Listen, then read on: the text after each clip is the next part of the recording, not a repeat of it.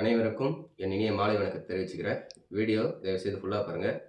அதாவது தமிழ்நாட்டிலே உண்மைகளை மட்டுமே எப்பயுமே பேசக்கூடிய திரு சீமான் அவர்கள் இப்பயும் ஒரு உண்மையை பேசியிருக்கிறாரு. அது என்னங்கிறது இப்போ நீங்கள் இந்த வீடியோவில் பார்த்துட்டு வாங்க.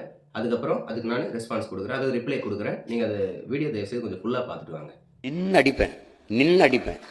என்னை இவர் கராத்தே சண்டைக்கு எனக்கு போட்டிக்கு அனுப்புவாங்க. ஒல்லியா சின்ன பையனா இருப்பேன். நான் கிரீன் பெல்ட் தான் வாங்கியிருந்தேன். இந்த ரெட் பெல்ட் இந்த பிளாக் பெல்ட் வாங்கினா தூக்கி என்னோட சண்டை போட விடுவான். முரட்டாளா இருப்பான். பயப்படாம நிற்பேன். ஏறி அடிப்பான். நான் அவன் சோற வர இங்கிட்டு ஓடுவேன்.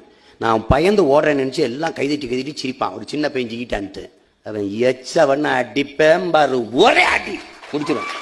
அதுக்கப்புறம் எந்திரிக்க மாட்டான். இது சத்தியமா நான் செஞ்சேன். நான் வென்று கப்போட கோப்பையோட வந்து நிற்கிறேன். எங்க அப்பாவே நம்பல.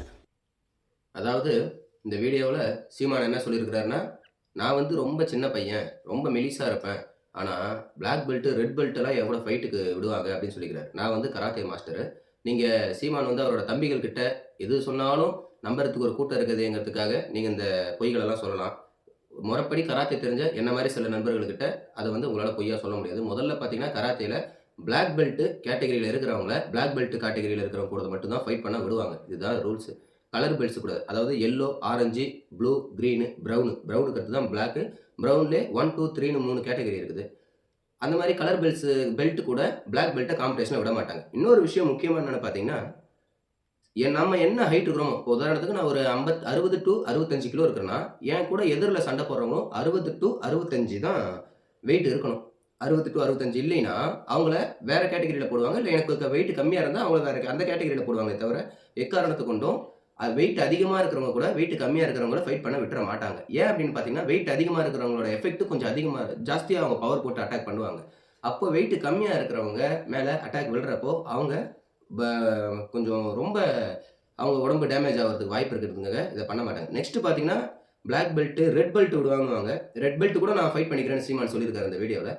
ரெட் பெல்ட் இந்தியாவில் இது வரைக்கும் யாரும் வாங்கல. நான் அடித்து சொல்லுவேன், எனக்கு தெரிஞ்சும் சரி, என் சீனியர் மாஸ்டர்ஸ்லாம் கன்சல்ட் பண்ணிட்டு தான் இந்த வீடியோ நான் ஸ்டார்ட் பண்ணுறேன். ரெட் பெல்ட் இந்தியாவில் யாரும் வாங்கவில்லை.